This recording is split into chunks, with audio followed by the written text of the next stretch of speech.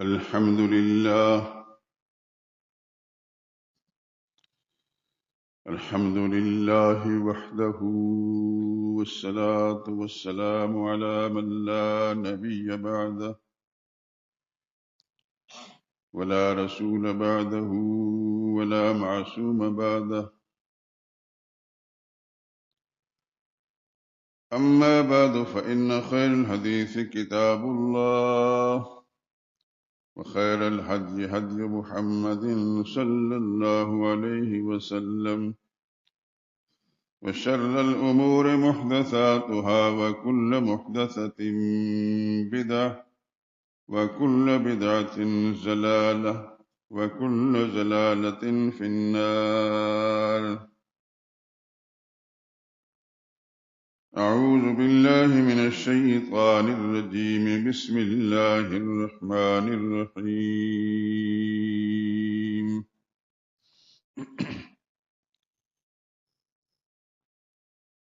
إلا تنصروه فقد نصره الله إذ أخرجه الذين كفروا ثاني اثنين إذ هما في الغار إذ يقول لصاحبه لا تحزن إن الله معنا فأنزل الله سكينته عليه وأيده بجنود لم تروها وجعل كلمة الذين كفروا السفلى وكلمة الله هي العليا والله عزيز حكيم.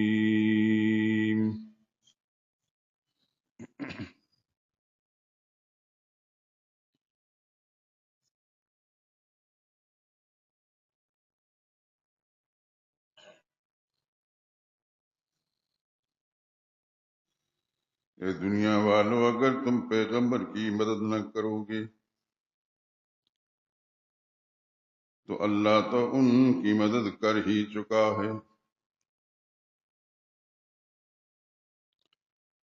وہ وقت تم کو یاد ہوگا کہ جب ان کافروں نے گھر سے نکال دیا تھا، اس وقت وہ دو ہی انسان تھے، جن میں سے ایک ابو بکر تھے، دوسرے خدا کے پیغمبر۔ جب وہ دونوں غار سور میں تھے، اس وقت پیغمبر اپنے ساتھی کو تسلی دیتے ہوئے فرما رہے تھے، غم نہ کرو، اللہ ہمارے ساتھ ہے۔ تو اللہ نے ان پر تسکین نازل فرمائی اور ان کو ایسے لشکروں سے امداد فراہم کی جو تم کو نظر نہیں آتے تھے، اور کافروں کی بات کو پست کر دیا، اور بات تو اللہ ہی کی بلند ہو کر رہتی ہے، اور اللہ زبردست اور حکمت والے ہیں۔ سبحان ربک رب العزت عما یصفون، وسلام علی المرسلین والحمد للہ رب العالمین۔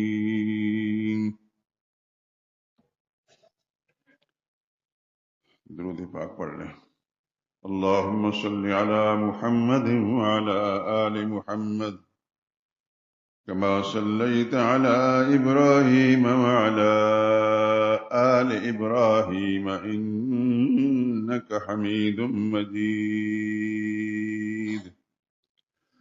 اللهم بارك على محمد وعلى آل محمد كما باركت على إبراهيم وعلى آل إبراهيم إنك حميد مجيد۔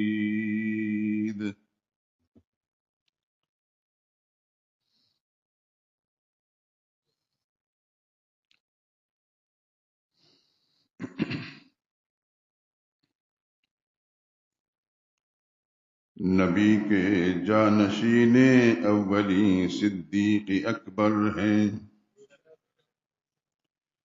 نبی کے جانشین اولی صدیق اکبر ہیں، امیر مومنہ بھی بالیقین صدیق اکبر ہیں۔ بنائے دین مستحکم ہے جن سے دین قیم کی، وہ بے شک ناشر شرع متی صدیق اکبر ہیں۔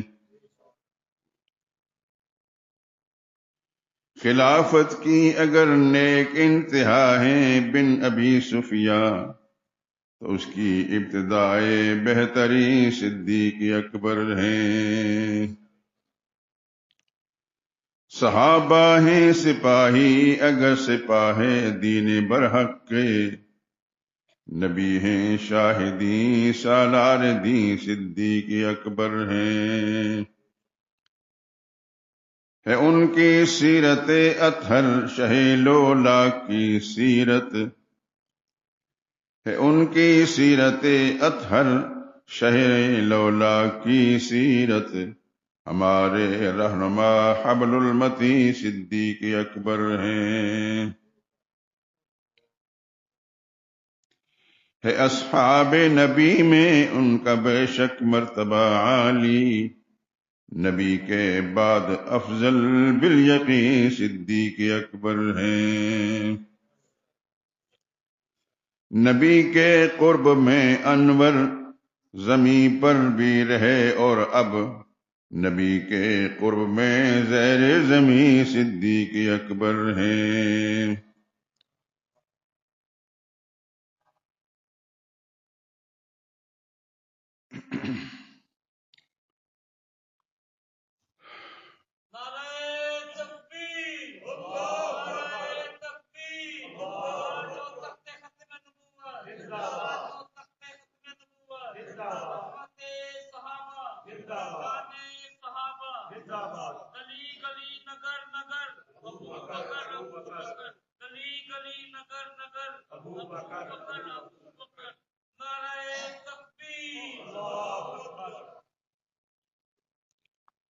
جزاکم اللہ خیرہ.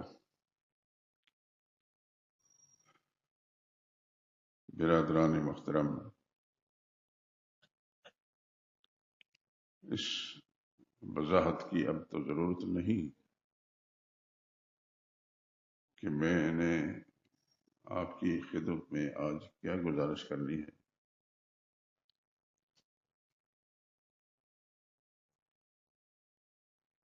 قرآن حکیم کی جو آیات تلاوت کی گئی ہیں وہ بھی ہمارے اکثر مسلمان آپ جیسے کا مطلب یہ ہے کہ آپ کو دین کے شعبوں کے ساتھ ایک تعلق اور میرے ساتھ ایک عرصے سے جمعے کی وابستگی اور پھر یہ نظم، یہ ساری چیزیں واضح ہیں کہ آج کی گفتگو کا عنوان کیا ہے اور مقصد کیا ہے.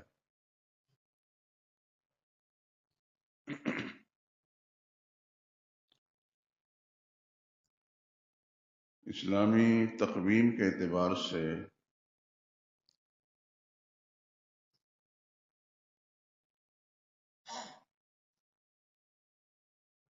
غالباً آج 20 جمادی الثانیہ 20 جمادی الثانی نہیں، اچانک میرا خیال اس طرف آ گیا. اللہ تعالیٰ اپنے رحمت کے ساتھ آپ کو بھی جو سچائیاں ہیں، جو حقائق ہیں، ان کے ساتھ وابستہ رکھے اور اس طرح ذہن میں بیٹھ جائیں کہ آپ ہزاروں انسانوں کی رہنمائی کریں. اسلامی مہینے ایک عرف عام میں جن کو کہا جاتا ہے، ان کی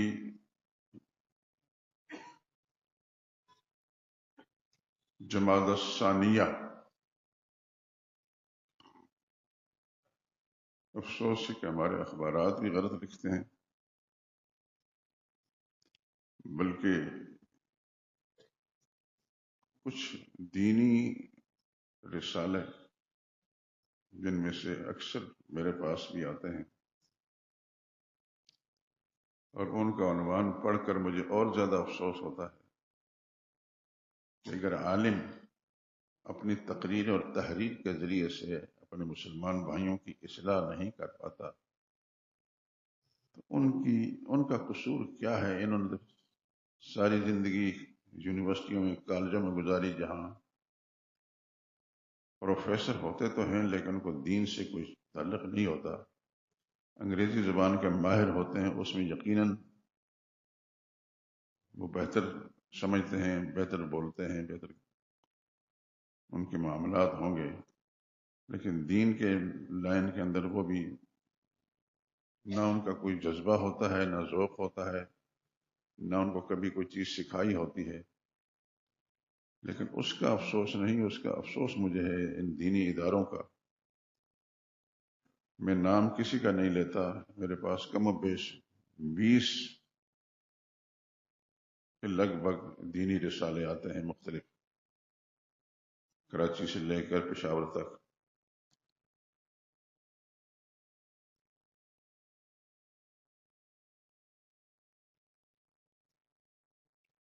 لیکن جن سے میں امید رکھتا ہوں کہ ان کی تحریروں کے اندر اور ان کی تقریروں کے اندر لوگوں کی اصلاح ہوگی، ہونی بھی چاہیے۔ جیسا کہ ابھی میں نے گفتگو شروع کی تو اچانک میرا ذہن منتقل ہوا کہ یہ ماہ مبارک جس کے اندر ہم سانس لے رہے ہیں، یہ جس کو جمادی الثانی لکھا جاتا ہے، بولا بھی جاتا ہے، جمادی الثانی نہیں، جماد الثانیہ، جیم میم الف اور دال کے ساتھ یہ جو ہے نا وہ پڑھی نہیں جائے گی، وہ زبر کے معنی میں آتے ہیں۔ جماد الثانیہ یا جماد الاخری، جماد الاولی اور جماد الاخری، اس بات کو ذہن نشین فرما لیں۔ ہو سکتا ہے کہ آپ کے ذریعے سے بہت سے لوگوں کی بڑائی ہو جائے۔ کہنے کا مقصد یہ کہ یہ ماہ مبارک جس میں ہم سانسیں لے رہے ہیں، اس مہینے کی 22ویں تاریخ ہمارے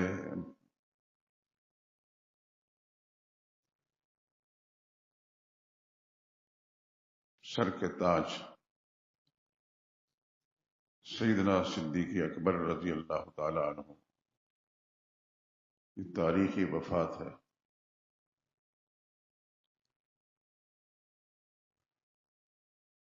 میں سوچتا رہا کہاں سے شروع کروں اور کہاں بات ختم کروں، کیونکہ جس شخصیت کا میں تذکرہ کر رہا ہوں وہ ہمارے تصورات سے اور خیالات سے بھی ماورا ہے۔ وہ اتنا بڑا انسان گزرا ہے کہ میں اگر یہ دعویٰ کروں کہ اولاد آدم میں انبیاء کرام علیہ الصلوۃ والسلام کو مستثنا کر کے پھر پوری کائنات میں نظر دوڑائیں تو ابوبکر صدیق جیسا کوئی انسان نہیں پیدا ہوا اور نہ قیامت تک پیدا ہوگا۔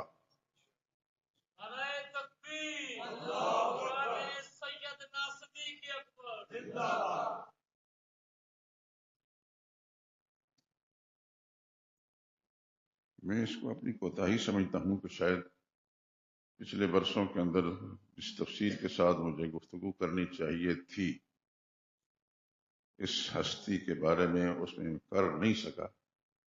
یہ کوتاہی کسی کی نہیں سوائے میرے اپنے آپ کے۔ لیکن یہ بھی میں تھوڑی سی وضاحت کر دوں کہ کچھ عرصہ پہلے کم و بیش سال ہو گیا مجھے کچھ تکلیف ہوئی جس کی بنا پر مجھے 3 جمعے مسجد شہداء میں پڑھانے سے میں معروم رہا۔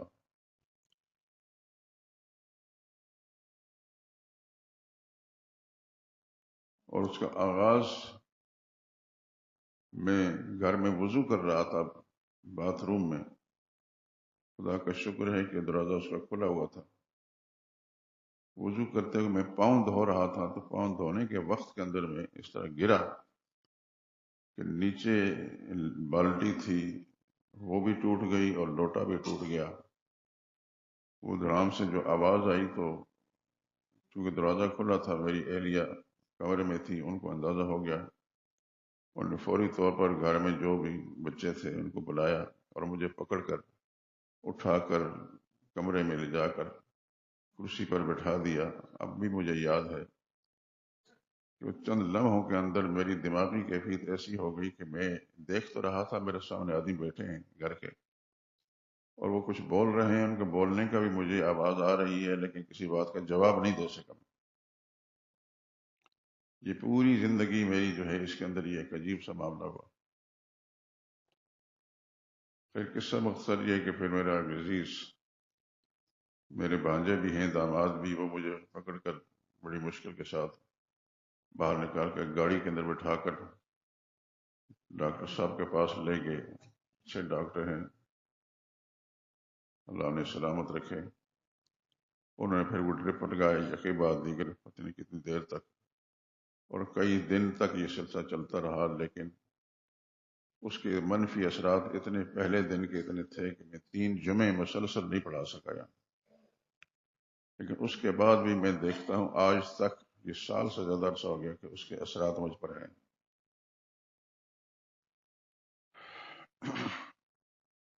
اگر یہ اللہ کی توحید کا عقیدہ اور سنت اور بدعت کا فرق اور اس کی افہام و تفہیم نہ ہوتا تو شاید اتنی بات میں نہ کر سکتا، اس قدر منفی اثر مجھ پر پڑا تھا۔ خیر، عرض کر رہا تھا کہ سیدنا صدیق اکبر رضی اللہ تعالیٰ عنہ اس کائنات انسانی میں، اولاد آدم میں، انبیاء کو چھوڑ کر سارے انسانوں سے بڑے انسان گزرے ہیں، اور جب ہم ان کی زندگی کی ساری تفصیلات کو دیکھتے ہیں تو محمد مصطفیٰ صلی اللہ علیہ وسلم کی پوری امت میں، آپ کے ہزاروں صحابہ کرام میں کوئی ایسا انسان نہیں گزرا جیسے صدیق اکبر رضی اللہ تعالیٰ۔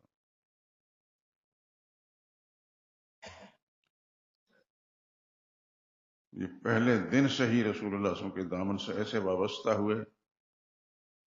وابستہ ہوا کہ پھر دنیا کی کوئی قوت ان کو جدا نہ کر سکی، تاآن کہ روزہ اطہر میں اگر ایک سائڈ پر محمد مصطفیٰ صلی اللہ علیہ وسلم کی قبر مبارک ہے تو ان کے قدموں کے اندر وہ صدیق کی قبر ہے۔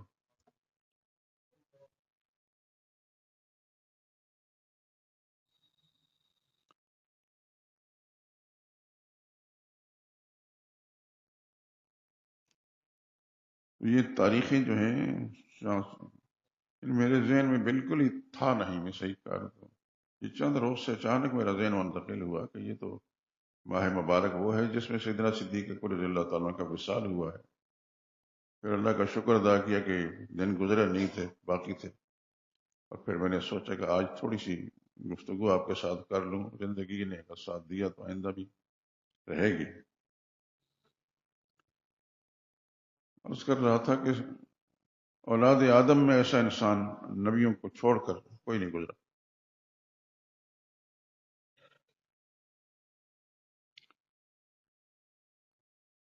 عبداللہ بن مسعود رضی اللہ تعالیٰ عنہ ایک مشہور صحابی ہیں، اور کئی مواقع پر میں ان کا تعارف کرا بھی چکا ہوں۔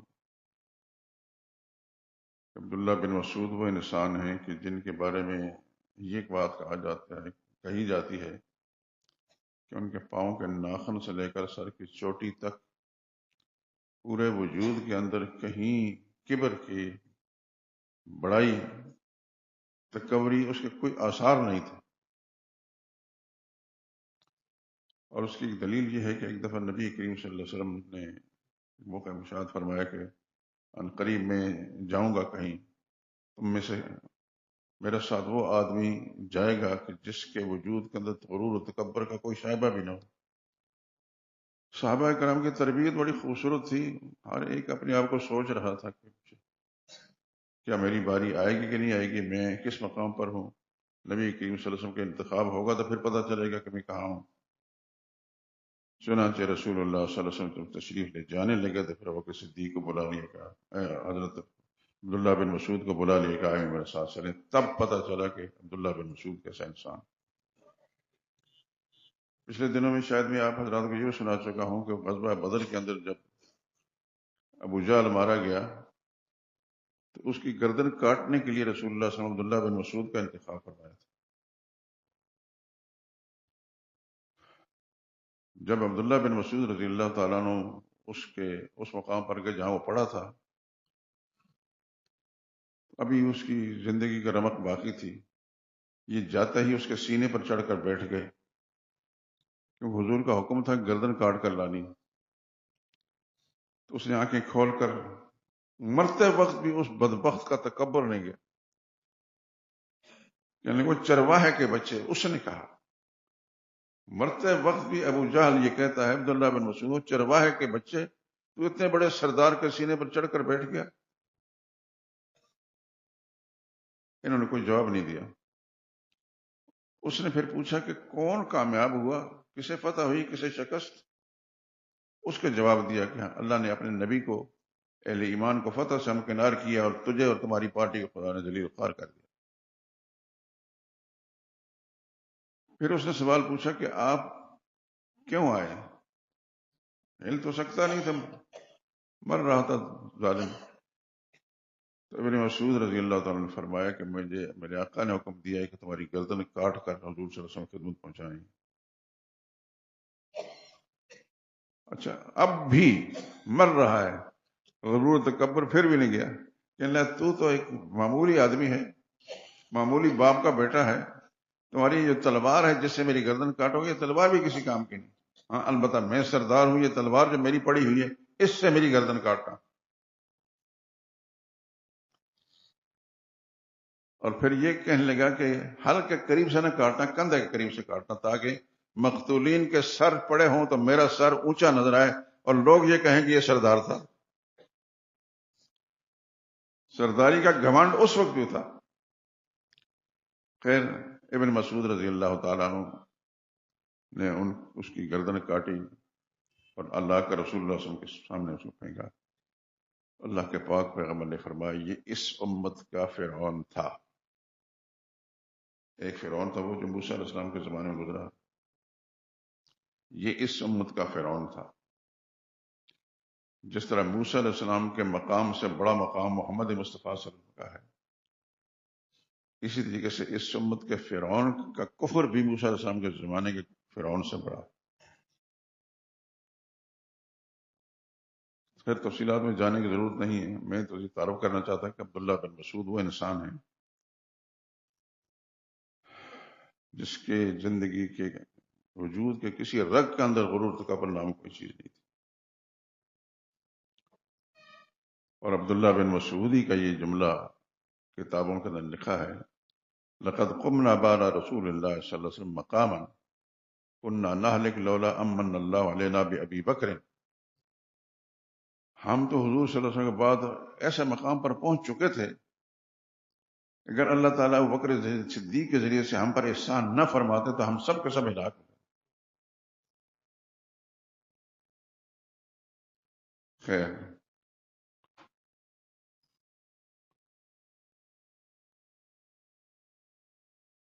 ابو بکر صدیق رضی اللہ تعالیٰ عنہ کائنات انسانی میں انبیاء کے علاوہ، انبیاء کو چھوڑ کر سب سے بڑے انسان تھے، اور اس کے بعد اب تک کوئی ایسا آیا نہیں اور آئے گا بھی نہیں۔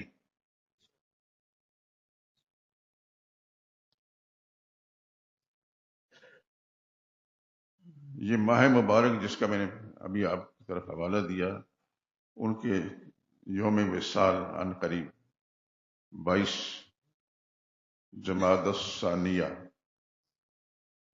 یہ جملہ ذہن میں رہے گا نا۔ یہ میرا ایک فرض بنتا ہے کہ میں آپ حضرات کو ایسی چیزوں کی طرف متوجہ کروں۔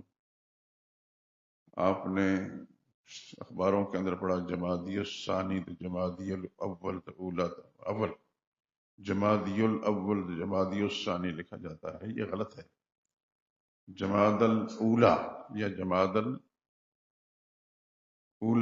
اور جماد الثانیہ یا جماد الاخری، جیم میم الف اور دال کے ساتھ یا آئے گی لیکن پڑھی نہیں جائے گی۔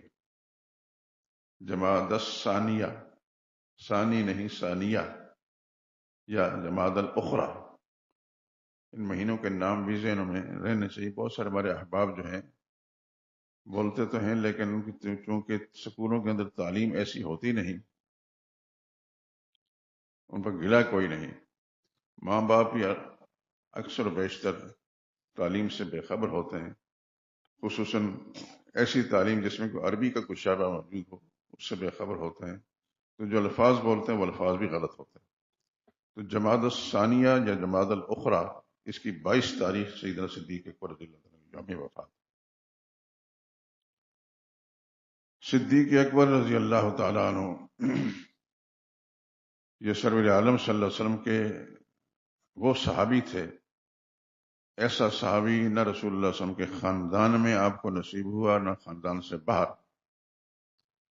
بڑے بڑے لوگ اور رسول اللہ صلی اللہ علیہ وسلم کے دامن سے وابستہ ہوئے، لیکن ابوبکر صدیق جیسا کوئی نہیں۔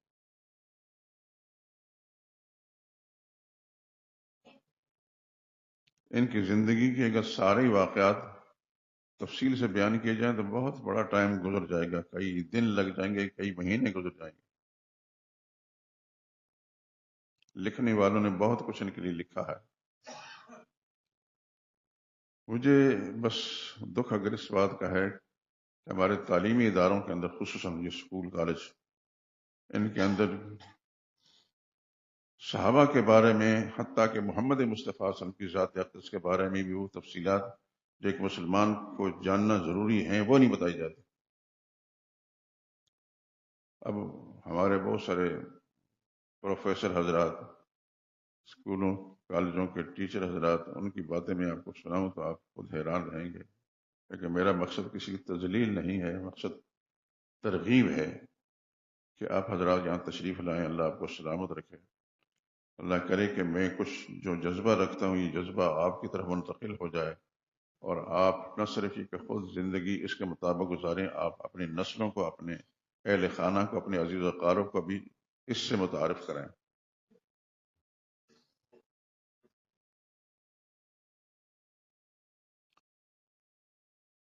صحابہ تو رسول اللہ صلی اللہ علیہ وسلم کے بے شمار گزرے، لیکن ابو جیسا کوئی نہیں گزرا۔ رسول اللہ صلی اللہ علیہ وسلم کے نبوت کے اعلان سے پہلے بھی ابوبکر صدیق حضور صلی اللہ علیہ وسلم کے ساتھ وابستہ تھے، جس طرح ہم سمجھتے ہیں کہ ایک دوستانہ تعلق ہوتا ہے، لیکن ابوبکر صدیق صحابہ میں وہ انسان ہے جس نے نہ تو بت پرستی کی، یعنی حضور پر ایمان لانے سے پہلے کی بات ہے رہا ہوں، نہ کبھی انہوں نے بت پوجے، شرک کیا، اور نہ کبھی شراب پی۔ اتنے صاف اور پاک انسان تھے۔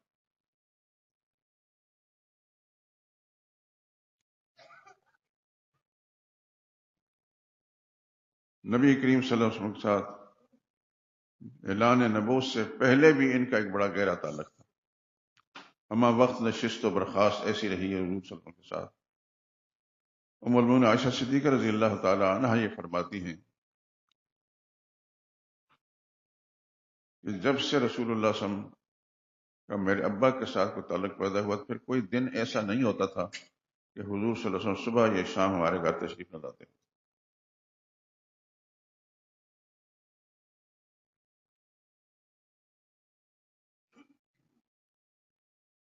دوسرے الفاظ میں یہ کہہ لیجیے کہ بکر صدیق رسول اللہ صلی اللہ علیہ وسلم کے رازدان انسان، بڑے بڑے صحابہ گزرے ہیں نبی کریم صلی اللہ علیہ وسلم کے، لیکن جو مقام ابوبکر صدیق کا ہے وہ ان کا نہیں۔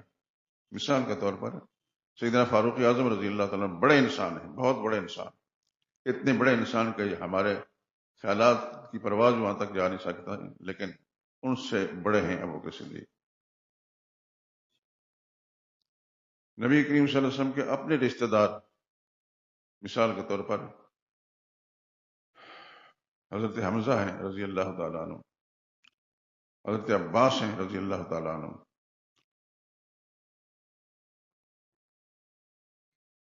عبداللہ بن عباس ہیں رضی اللہ تعالیٰ عنہ۔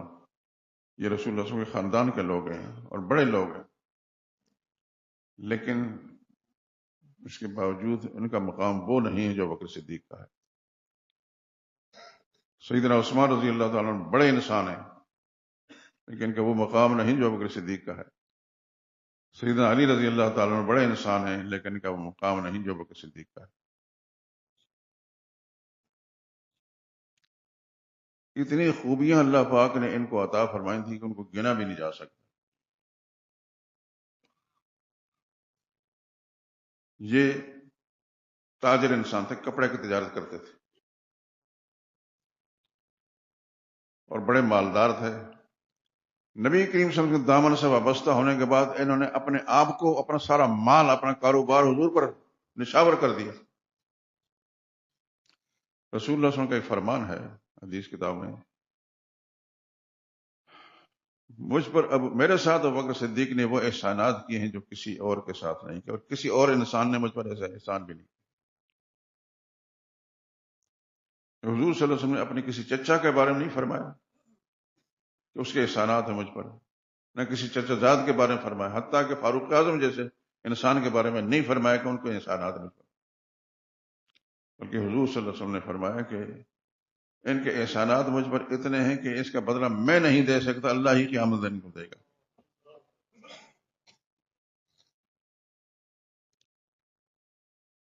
اور زندگی کے مختلف ادوار، ہم طالب علم لوگ ہیں، کتابیں جب پڑھتے ہیں تو گہرائی کے ساتھ دیکھتے ہیں، جہاں کہیں بھی حضور صلی اللہ علیہ وسلم کے کسی فیصلے پر کسی دوسرے صحابی نے نکیر کی، نکیر کا مطلب یہ کہ اس کو سمجھ نہیں آئی کہ یہ رسول اللہ صلی اللہ علیہ وسلم فرما رہے ہیں، اس سے شاید ہمیں کفار کے سامنے پس ہونا پڑے، تو وہ پھر اور تو کچھ بول نہیں سکتے تھے. ابو بکر صدیق کے سامنے جا کر کہتے رسول اللہ نے یہ جو فیصلہ کیا ہے اس سے ہمارا کوئی نقصان تو نہیں ہو رہا؟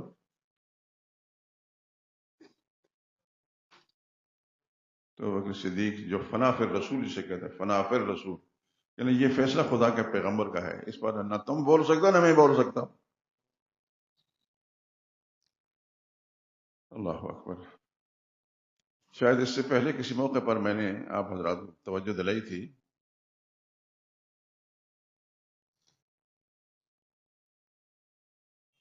نبی کریم صلی اللہ علیہ وسلم 1,500 صحابہ سمیت مدینہ طیبہ سے مکہ معظمہ عمرہ کرنے کے لیے تشریف لایا، اور مکہ معظمہ کے قریب جب پہنچے، چونکہ عمرہ کرنے کی تشریف لائے تھے، کوئی نہ ہتھیار لایا تھا نہ کچھ، وہاں مشرکین مکہ کو پتہ چل گیا کہ محمد آ رہے ہیں اپنے ساتھیوں سمیت. انہوں نے پیغام بھیج دیا کہ ہم آپ کو عمرہ نہیں کرنے دیں گے، آپ نہیں آ سکتے. رسول اللہ صلی اللہ علیہ وسلم نے فرمایا بھائی ہم لڑنے نہیں آئے، مقابلہ کرنے نہیں آئے، ہم اللہ کے گھر کی زیارت کرنے، عبادت کرنے آئے، ہمارا راستہ مت روکو. لیکن مشرکین تھے، انہوں نے کہا نہیں، ایسا نہیں ہو سکتا. نبی کریم صلی اللہ علیہ وسلم نے اس وقت یہ فیصلہ فرمایا کہ ایک آدمی منتخب کر کے نمائندہ بنا کر مکہ معظم بھیجا جائے. اچھا، یہاں یہ بات میں عرض کر دوں کہ جہاں سے آپ جدہ سے مکہ کی طرف جب جاتے ہیں، راستے میں ایک جگہ ہے جہاں آپ کی گاڑی روکی جاتی ہے اور وہاں آپ کے پاسپورٹوں پر اسٹیمپ کیا جاتا ہے. یہ وہ جگہ ہے جہاں روکا گیا تھا. تو حضور صلی اللہ علیہ وسلم نے اور دیگر بعض عالی دماغ صحابہ کرام نے فیصلہ کیا کہ ایک نمائندہ بنا کر بھیجا جائے، ان کو جا کر کہہ دیں کہ دیکھیے ہم لڑنے نہیں آئے، ہمارا راستہ نہ روک، ہمیں مجبور نہ کرو لڑنے کے لیے. کس کو بھیجا جائے، اس پر سوچ بچار شروع ہوئی. بالآخر فیصلہ یہ ہوا کہ رسول اللہ صلی اللہ علیہ وسلم کے داماد سیدنا عثمان رضی اللہ تعالیٰ عنہ کا انتخاب ہوا. اس انتخاب کی وجہ کیا تھی؟ وجہ یہ تھی کہ عثمان رضی اللہ تعالیٰ عنہ صرف مدینہ طیبہ میں جا کر اپنا مال اللہ کی راہ میں اہل مسلمان پر خرچ نہیں کرتے تھے، بلکہ مکی زندگی کے اندر بھی وہ کفار پر بھی انہوں نے بہت کچھ خرچ کیا تھا.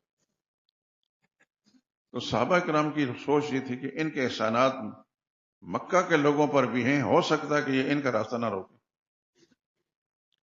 چنانچہ سیدنا عثمان رضی اللہ تعالیٰ عنہ کو بھیجا گیا. وہ گئے اور مشرکین مکہ میں سے کسی نے مزاحمت نہیں کی، اور جا کر کہا دیکھیے میں محمد رسول اللہ صلی اللہ علیہ وسلم کا ایک صحابی ہوں، ان پر ایمان لایا ہوں، ان کا پیغام لے کر آیا ہوں، ہم لڑنے نہیں آئے، ہمارا راستہ نہ روکے. تو مشرکین مکہ نے کہا آپ چاہیں تو آپ عمرہ کر سکتے ہیں، لیکن ہم محمد کا اور ان کے ساتھیوں کے لیے راستہ نہیں کھول سکتے. 2-3 دن کے لیے ان کو روک لیا گیا کہ آپ جتنے عمرے کرنا چاہیں کر سکتے ہیں.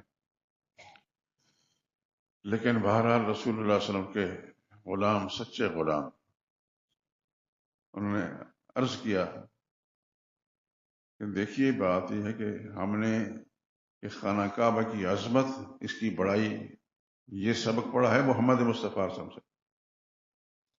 ان کے بغیر میں اس کے اندر داخل نہیں ہو سکتا. مجھے پتا ہے کہ کوئی راستہ روکنے والا نہیں، لیکن جس پیغمبر نے خانہ کعبہ کی عظمت کا نقشہ ہمارے دل میں بٹھایا ہے، جب تک وہ آگے نہیں جائیں گے ہم یہ تھے صحابہ. اللہ اکبر. خدا کی قسم صحابہ کرام کی محبتیں اور ان کا اخلاص اور یہ چیزیں جو ہیں تاریخ کتابوں کے اندر پڑھتے ہیں، بلکہ حدیث کتابوں میں حیران رہ جاتے ہیں کہ کس نے مخلص ہو. سیدنا عثمان رضی اللہ تعالیٰ عنہ نے عمرہ نہیں کیا. ادھر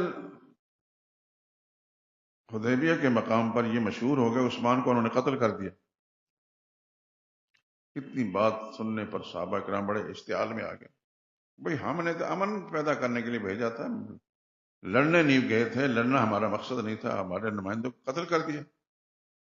اب رسول اللہ صلی اللہ علیہ وسلم کے سامنے سب اکٹھے ہو کر یا رسول اللہ اس کا پھر بدلہ یہی ہوگا کہ ہم نے یہاں سے واپس نہیں جانا، شہید ہو جائیں گے لیکن اپنے شہید کا بدلہ لیں گے. اور یہی بات نبی کریم صلی اللہ علیہ وسلم نے فرمائی. اللہ اکبر. یہ فیصلہ کر لیا.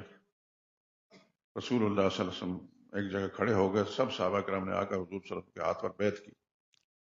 بیعت علی الموت جسے کہتے ہیں کہ ہم مرنے کے لیے تیار ہیں لیکن ہم چھوڑیں گے نہیں.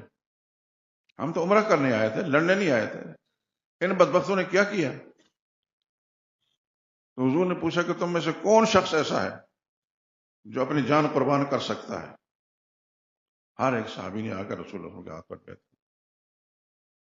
حتیٰ کہ آپ حضرات قرآن کریم کی تلاوت کے دوران یہ غور کرتے ہوں گے، ایک سورت کے اندر آتا ہے اس جبایون کا تحت شجرہ لقد رضی اللہ عن المؤمنین، یقین اللہ ان ایمان والوں سے راضی ہو گیا میرے نبی جو آپ کے ہاتھ پر درخت کے نیچے بیعت کر رہے تھے. درخت، اس درخت کا ذکر قرآن کریم میں آج بھی ہے اور قیامت تک رہے گا، لیکن اب وہ درخت نہیں ہے.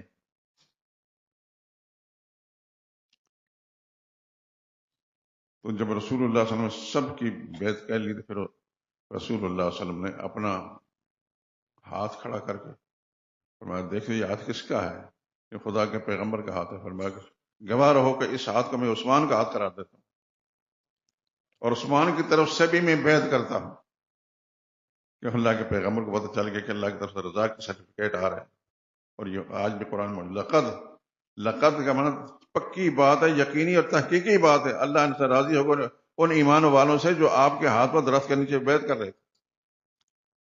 بیعت کس کے لیے کر رہے تھے؟ عثمان کے خون کا قصاص بدلہ لینے کے لیے. بعد میں پتہ چل گیا عثمان زندہ ہیں، ان کو شہید نہیں کیا گیا، وہ واپس تشریف لے. لیکن اس سے پہلے صحابہ کرام بیعت کر چکے تھے اور اللہ کی طرف سے سرٹیفکیٹ ان کو رضا کے مل چکے تھے. اس درخت کا ذکر آج بھی قرآن کریم میں موجود. اس موقع پر کئی صحابہ کرام نے ایسی باتیں کچھ جذبات میں آ کر محبت کے جذبے سے ایسے کہتے رسول اللہ صلی اللہ علیہ وسلم دب کر کیوں فیصلہ کر رہے ہیں؟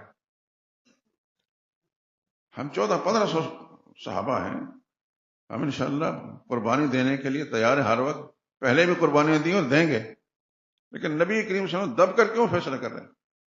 اس موقع پر ابوبکر صدیق نے فرمایا دیکھو بھائی بات سنو، نبی کریم صلی اللہ علیہ وسلم جو بھی فیصلہ کر رہے ہیں فراست کے ساتھ کر رہے ہیں، دانائی سے کر رہے ہیں، عقل مندی سے کر رہے ہیں، دب کر نہیں کر رہے. وہ خدا کے پیغمبر ہیں. یعنی کوئی موقع ایسا نہیں کہ جس میں رسول اللہ صلی اللہ علیہ وسلم کے کسی فیصلے پر صحابہ نے نکیر کی ہو اور بلکہ صدیق نے حضور صلی اللہ علیہ وسلم ساتھ نہ دیا.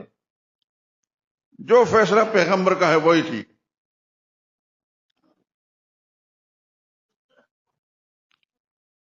آپ نے لوگوں کی زبان سے سنا گیا فلاں فلاں پھر رسول ہے، فلاں پھر رسول سے ابوبکر صدیق. اللہ اکبر. ایسا عجیب انسان. ان کے ایک مشورے کی بات آپ کو میں سنانا چاہتا ہوں. ان کو پتہ چلا کہ حضرت علی رضی اللہ تعالیٰ عنہ شادی شدہ نہیں، لیکن حضرت علی غریب آدمی ہیں، ان کے پاس پیسے نہیں ہیں، شادی کے لیے پیسے ہونے چاہیے، نکاح کے لیے پیسے ہونے چاہیے، مہر دینا پڑتا ہے وغیرہ ذالک. اور حضرت علی رضی اللہ تعالیٰ عنہ حضور کے گھر میں ہی پل رہے تھے. اگر آپ کے علم میں نہیں ہے تو میں بتا دیتا ہوں، حضور صلی اللہ علیہ وسلم کے گھر میں ہی حضرت علی پل رہے تھے. وجہ کیا تھی؟ حضرت علی حضور صلی اللہ علیہ وسلم کے چچا زاد تھے. حضرت علی کے والد کا نام تھا ابو طالب. ابو طالب نہایت غریب آدمی تھا. اس غربت کے سبب سے رسول اللہ صلی اللہ علیہ وسلم کی ترغیب پر ان کے کچھ بیٹے حضرت عباس نے لے لیے بچے، اور حضرت علی کو حضور صلی اللہ علیہ وسلم نے لے لیا کہ چلو بچے تقسیم ہو جائیں گے تو گھر کا نظام صحیح چلے گا. تو حضرت علی رضی اللہ تعالیٰ حضور گھر میں رہتے تھے. اور مدینہ طیبہ کے اندر آپ حضرات جاتے ہیں اور گئے ہوں گے، حال میں بھی گئے ہوں گے، خدا تعالیٰ آپ کو بار بار لے جائے. مسجد نبی کے تھوڑے سے فاصلے پر مسلمانوں کے آج بھی باغات ہیں، کھجوروں کے باغات. پہلے بھی تھے، پہلے زیادہ تھے. وہاں جس بھی آدمی کے وہ باغات تھے اس میں حضرت علی رضی اللہ تعالیٰ عنہ محنت مزدوری کر کے وہاں سے جو کچھ ملتا تھا لے کر آتے تھے. صحابہ کرام نے اس طرح زندگی گزاری. ایک دفعہ وقت صدیق رضی اللہ تعالیٰ عنہ حضرت علی سے ملے. تم نے شادی کی ہے، کیوں نہیں کی؟ کس طرح کروں، میرے پاس کیا ہے؟ شادی کے لیے کچھ لوازمات ہوتے ہیں.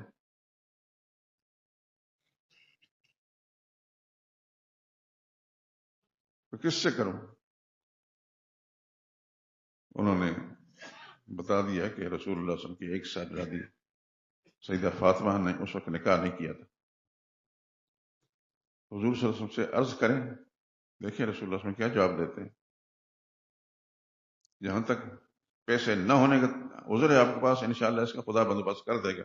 ہم آپ کا ساتھ دیں گے، جو کچھ بھی ضرورت ہوگی ہم کریں گے. چنانچہ ان کی ترغیب پر حضرت علی رضی اللہ تعالیٰ عنہ نبی کریم صلی اللہ علیہ وسلم کے پاس بیٹھے تھے.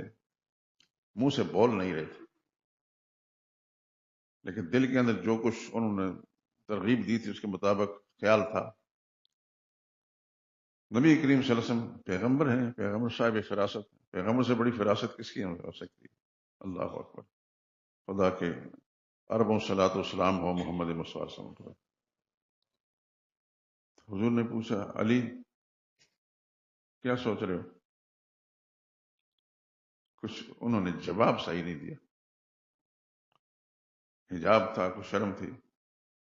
اللہ کے پیغمبر نے فراست پیغمبر دیکھے. فاطمہ کے رشتے کی بات تو نہیں کرنی؟ اللہ اکبر، سبحان اللہ. تو وہ ان کے دل کی بات تھی تو انہوں نے سر ہلا دیا. رسول اللہ بات یہی ہے، لیکن میرے پاس کچھ ہے نہیں. رسول اللہ صلی اللہ علیہ وسلم نے ان سے پوچھا تمہارے پاس کیا ہے؟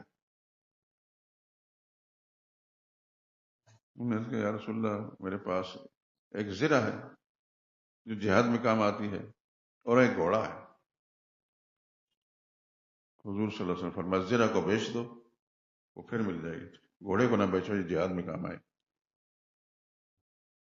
چنانچہ وہ زرہ لے کر باہر نکلے. آگے تھا عثمان آ رہے تھے رضی اللہ تعالیٰ عنہ.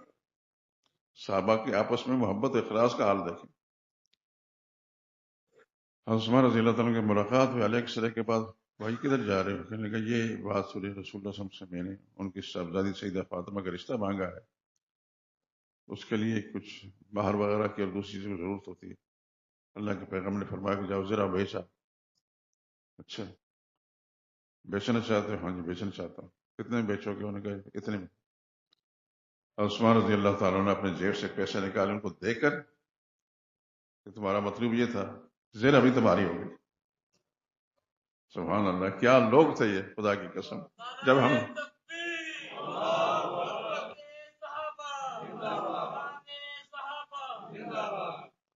تذکرہ پڑھتے ہیں اللہ کی قسم عجیب سی کیفیت بن جاتی ہے.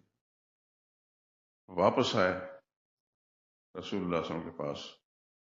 حضور صلی اللہ علیہ وسلم نے پوچھا تو ساری بات سمجھ میں آ گئی.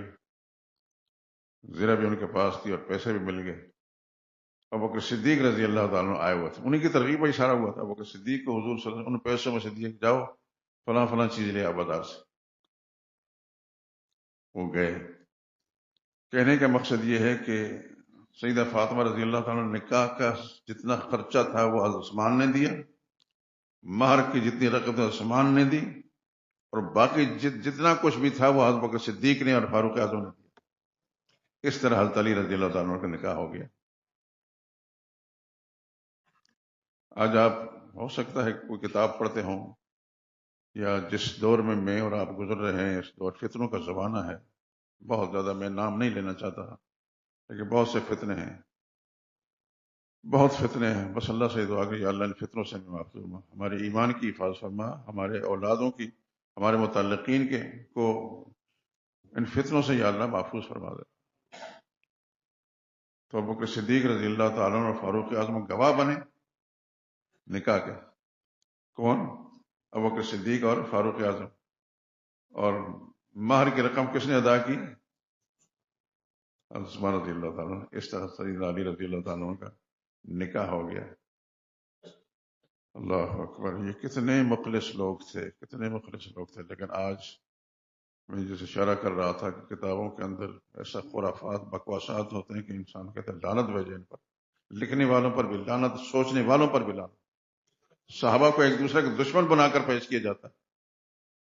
تھوڑی سی بات میں نے ابوبکر صدیق کے حوالے سے آپ کو کہہ دی کہ ابوبکر صدیق اس کے مخلص انسان تھے۔